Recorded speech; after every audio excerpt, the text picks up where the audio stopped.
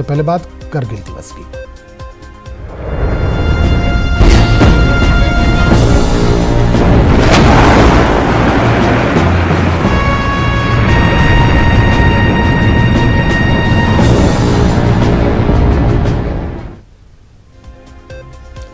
करगिल विजय दिवस के 21 साल मुकम्मल हो गए हैं। आज ही के दिन हिंदुस्तानी जांबाज जवानों ने पाकिस्तानी फौज के दांत खट्टे करते हुए इन्हें शिकस्त से दो चार कर दिया था। इस मौके पर वजीर दिफा राजनाथ सिंह दिल्ली के नेशनल वार मेमोरियल में शहीदों को खराज अकीदत पेश कर रहे हैं।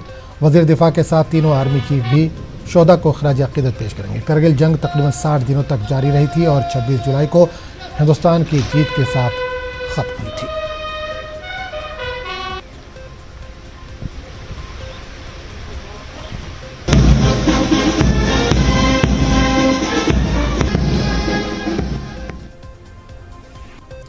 करगिल फतेह के 21 बरस मुकम्मल हो गए हैं। इंतहाई दुश्वार गुजार और नामुवाफिक हालात में हिंदुस्तानी फौज ने दुश्मन को जेर करने में कामयाबी हासिल की थी। आज पूरा मुल्क शहीदों की कुर्बानियों को याद कर रहा है, इनकी बहादुरी को सलाम पेश कर रहा है। वजीर दिफा राजनाथ सिंह ने भी शहीदों को सलाम पेश किया। इन्होंने कहा कि दुनिया की हालिया तारीख में बहादुरी की ऐसी नज़ीर नहीं मिलती। हमारे दिलेर फौजियों ने सख्त मौसमी हालात और दुश्वार और नाहमवार मैदान जंग में दुश्मन को जेर किया था।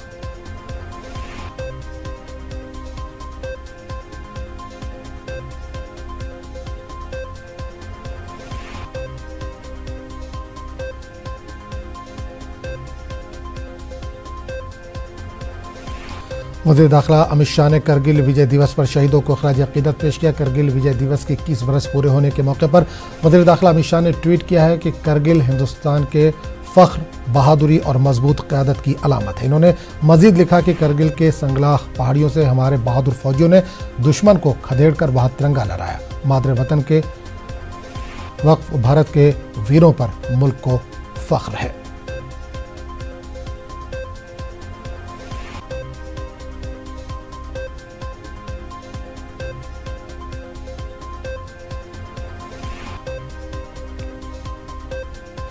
और कांग्रेस लीडर राहुल गांधी ने भी करगिल विजय दिवस के मौके पर शहीदों को सलाम पेश किया। इन्होंने ट्वीट किया कि मैं उन जियालों को सलाम करता हूं जो मुल्क के तहफ़्फ़ुज़ के लिए अपना सब कुछ कुर्बान कर देते हैं।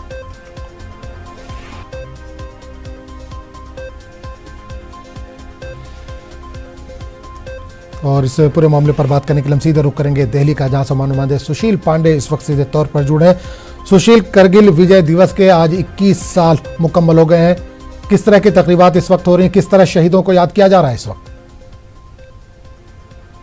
साफ तौर से ये 21वीं वर्षगांठ है जब हमारे जवानों ने पाकिस्तान के तमाम उन दुश्मनों को खदेड़ा था। 60 दिन तक आजम ये पूरी जो लड़ाई है वो लड़ी गई थी, लेकिन दुर्गम पहाड़ियों पर चढ़कर हमारे सैनिकों ने अपने प्राण की आहुति दी और उस सबसे दुर्गम पहाड़ी पर भारत का तिरंगा लहराया। और उसी के बाद ये निर्णय किया गया था भारत सरकार की तरफ से कि इस पूरे प्रकरण को विजय दिवस के रूप में मनाया जाएगा। और इसी प्रकरण में आज भारत के गृह मंत्री, डिफेंस मिनिस्ट्री, ये तमाम जो नेता हैं वो फिलहाल सैनिकों को याद कर रहे हैं और उन्हें श्रद्धांजलि दे रहे हैं।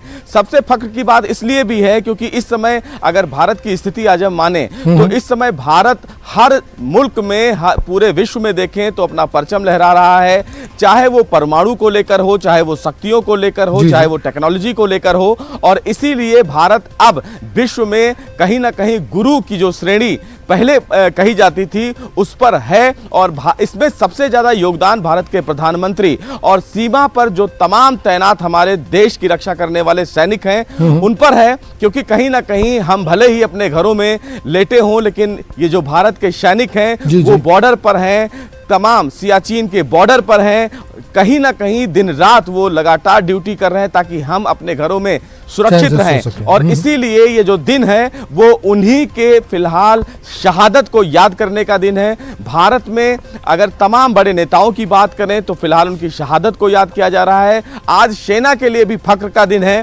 क्योंकि आज ही के दिन पाकिस्तान को पछाड़कर भारतीय सेना ने अपना परचम लहराया था कारगिल की उन पहाड़ियों पर। 60 दिन तक लगातार इस पूरे मामले में ये युद्ध चलता रहा और अंत में दुर्गम पहाड़ियों पर चढ़कर हमारे भारत के सैनिकों ने भारतीय सेना को पछाड़ा और भारतीय झंडा अपने परचम पर लहराया और इसीलिए आज पूरे विश्व भर में कारगिल दिवस को याद किया जा रहा है, भारतीय सैनिकों की शहादत को याद किया जा रहा है। और इसीलिए सुबह से अगर बात करें तो जो फिलहाल लोगों के अंदर जोश है वो देखने को मिलता है। बिल्कुल सुशील पांडे, एक चीज और जानना चाहेंगे, रक्षा मंत्री आज वार मेमोरियल जाते हैं तो क्या वहां पर कई तरह के प्रोग्राम होते हैं, शहीदों को याद किया जाता है, तो क्या रक्षा मंत्री ने इस प्रोग्राम में शिरकत कर ली है?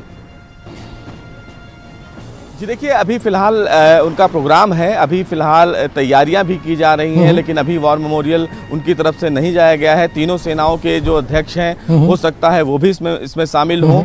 फिलहाल तैयारियां पूरी कर गई हैं क्योंकि रूट लगा दिया गया था, रूट बंद कर दिया गया था। थोड़ी देर में शहादत के लिए हमारे जो रक्षा मंत्री हैं वो जाएंगे, उन सैनिकों की शहादत को याद करेंगे, क्योंकि कहीं ना कहीं ये फख्र का विषय है। वॉर मेमोरियल के बाहर पूरी जो सुरक्षा व्यवस्था है वो चौक चौबंद कर दी गई है। लगभग 9:30 या 10 बजे के आसपास का ये प्रोग्राम है, जब हमारे डिफेंस मिनिस्टर राजनाथ सिंह तीनों सेनाओं के प्रमुख के साथ वहां पर जाएंगे, सैनिकों को शहादत देंगे, श्रद्धांजलि देंगे और कहीं ना कहीं सैनिकों का जो हौसला है वो बढ़ाएंगे, क्योंकि ये जो दिवस है आजम वो सैनिकों के हौसलों को बढ़ाने वाला है। आज का जो दिन है वो भारतीय सेना को समर्पित है और इसीलिए तमाम जो सैनिक हैं उनके समर्पण को याद किया जाता है। और इसीलिए विजय दिवस सबसे महत्वपूर्ण दिवस है, क्योंकि आज ही के दिन इस पूरे प्रकरण को इतने हिम्मत से और इतनी ताजगी से याद किया जाता है, क्योंकि तमाम जो पक्ष के लोग हैं, विपक्ष के लोग हैं, वो एक साथ सेना के साथ खड़े हैं। और ये बहुत कम देखने को मिलता है आजम, जब पक्ष और विपक्ष के तमाम जो नेता हैं वो सेनाओं के साथ एक साथ खड़े होते हैं। आज वही दिन है फिलहाल, और इसीलिए जो शहादत है वो फिलहाल उन सैनिकों को समर्पित है, क्योंकि भारत का इस समय जो परचम है पूरे विश्व में लहरा रहा है। चाहे हम कोविड की बात करें, चाहे हम टेक्नोलॉजी की बात करें, चाहे हम परमाणु शक्ति की बात करें, चाहे हम अर्थनीति की बात करें, आजम हम आज किसी से पीछे नहीं हैं और ये अपने आप में एक बड़ी उपलब्धि है भारत की। बिल्कुल सुशील, आपको रोकना चाहूंगा, राजनाथ सिंह इस वक्त वार मेमोरियल पर पहुंच रहे हैं। नाज़रीन को अपने बता दें कि करगिल विजय दिवस के 21 साल आज मुकम्मल हो गए। आज ही के दिन हिंदुस्तानी जांबाज जवानों ने पाकिस्तानी फौज के दांत खट्टे करते हुए इन्हें शिकस्त से दो चार किया था। आप देख सकते हैं इस वक्त राजनाथ सिंह वार मेमोरियल पहुंच चुके हैं और शहीद जवानों को खिराज अकीदत अब पेश की जाएगी।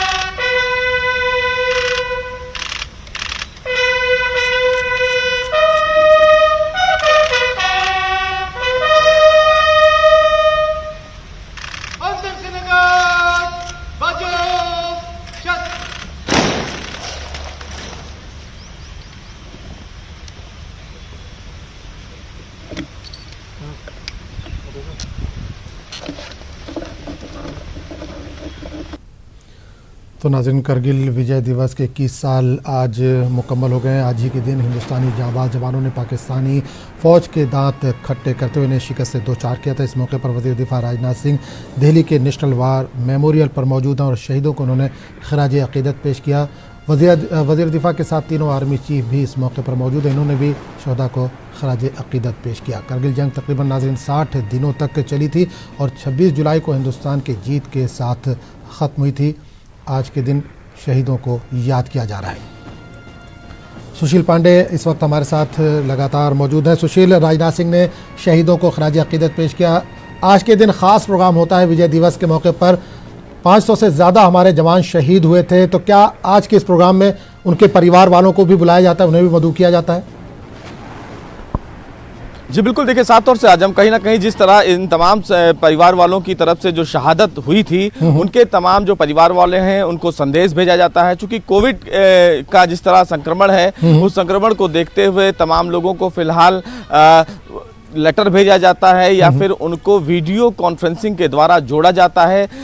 खुद डिफेंस मिनिस्टर उनसे, उनके परिवार वालों से बातचीत करते हैं, क्योंकि एक ऐसी शहादत थी, क्योंकि इस शहादत को कभी भुलाया नहीं जा सकता है, क्योंकि ये एक ऐसी शहादत थी जिसको विजय दिवस के रूप में याद किया जाता है। क्योंकि वो पहाड़ी ऐसी थी आजम, जिस पहाड़ी पर चढ़ना आम लोगों के लिए फिलहाल कहीं ना कहीं बहुत ही मुश्किल होता है, लेकिन हमारे सैनिकों ने भारत की रक्षा के लिए उन दुर्गम पहाड़ियों पर अपनी प्राणों की आहुति को बिना सोचे उन्होंने उस पर चढ़ाई की।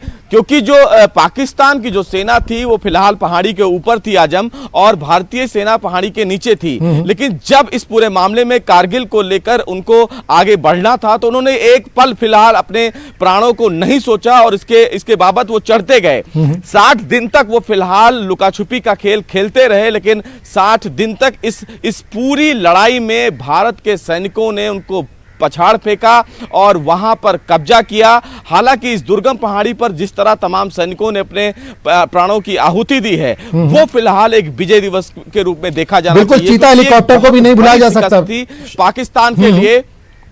सुशील, चीता हेलीकॉप्टर को भी नहीं बुलाया जा सकता है, शिकस्त थी। बिल्कुल बिल्कुल, मैं वही आपको आज हम कह रहा हूं कि ये एक ऐसा दुर्गम स्थान था जहां पर जो ट्रैकर होते हैं, जो माउंटेन ट्रैकर होते हैं, उनका चढ़ना मुश्किल होता है। और हमारे सदैव हमारे लिए प्रेरणा के स्रोत के रूप में काम करेंगे। सर, एलएसी पर अभी भी तनाव बना हुआ है।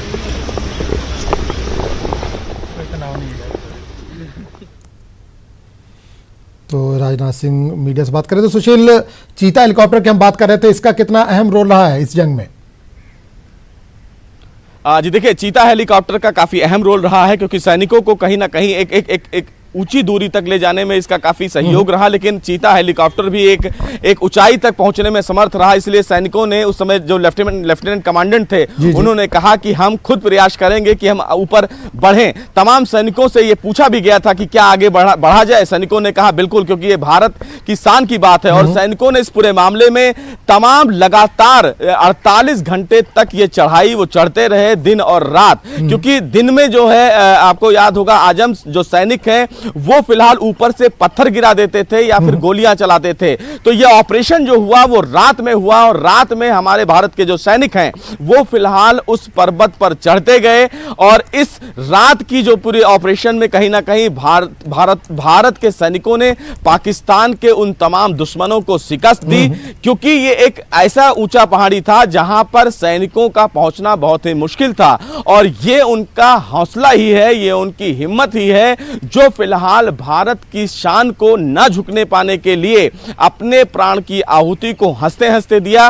क्योंकि जब 5 से 7 सैनिकों ने वहां पर भारत का झंडा लहराया, तो पाकिस्तान के लिए यह एक बहुत बड़ा झटका था, और यह दर्द पाकिस्तान अभी भी नहीं भूल पाया। और इसीलिए आप देखते भी हैं कि सीज फायर का वायलेशन जो है वो होता भी रहता है। अभी 2 हफ्ते पहले सीज फायर का वायलेशन जब हुआ, तो उसमें कारगिल विजय दिवस का भी चर्चा किया गया था। उन्होंने साफ तौर से कहा कि यह फिलहाल रुकने वाला नहीं है, लेकिन भारत की तरफ से मुंहतोड़ जवाब दिया जाता है। क्योंकि भारत अब ना रुकने वाला है, अब ना वो झुकने वाला है, और ना वो किसी से डरने वाला है। क्योंकि अब वो भारत ऐसा भारत नहीं है जो पीछे हो जाए। अगर वो योग का भारत है, तो ये ताकत का भी भारत है, शक्ति का भी भारत है। और इसका ताजा उदाहरण चीन भी है आजम, क्योंकि चीन चीन को ये लगा कि उसके जो मंसूबे थे कि वो शायद हमारे जो सीमा में है वो घुस जाएगा, लेकिन भारत इससे कतई समझौता करने को तैयार नहीं था। इसीलिए बिल्कुल उसको पीछे भी हटना पड़ा। जो कल की खबर है बिल्कुल सुशील, वो पीछे भी वहां से चीन हटा है।